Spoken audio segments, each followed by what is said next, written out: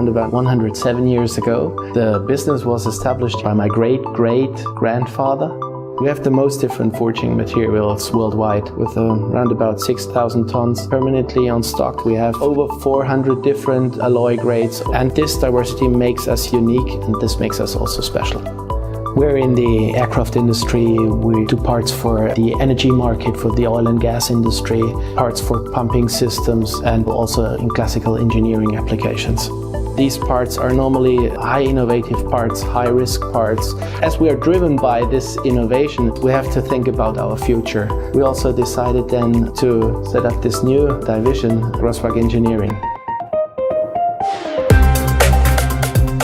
We help customers to optimize geometries for additive manufacturing for all kind of markets in the industry. In additive printing, you design a geometry that fits for additive manufacturing, and after that you take the powder and the fitting process parameters together in the additive printing machine, and after that you have some melting processes by the laser, and so you are producing a part layer by layer inside the machine. If you're a leader in a technology, this is so important then also to give our staff or our employees the best tools for working with. Simulation software, for instance, this is a typical tool for them. They work with it because in the end of the day, trial and error is too expensive. First of all, we're starting with the designing process. How does the part look like? Where are the functional areas? How do we have to orientate it within the building chamber? And this is exactly where ANSYS Additive Print will come into place. It gives us an idea how the part might be deformed within the printing process. It gives us an idea how to orientate the part within the building chamber. How do the support structures actually need to look like?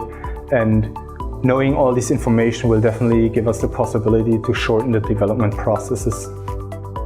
The powder is together with the machine and the process parameters the main reason why additive manufacturing processes are working or are not working.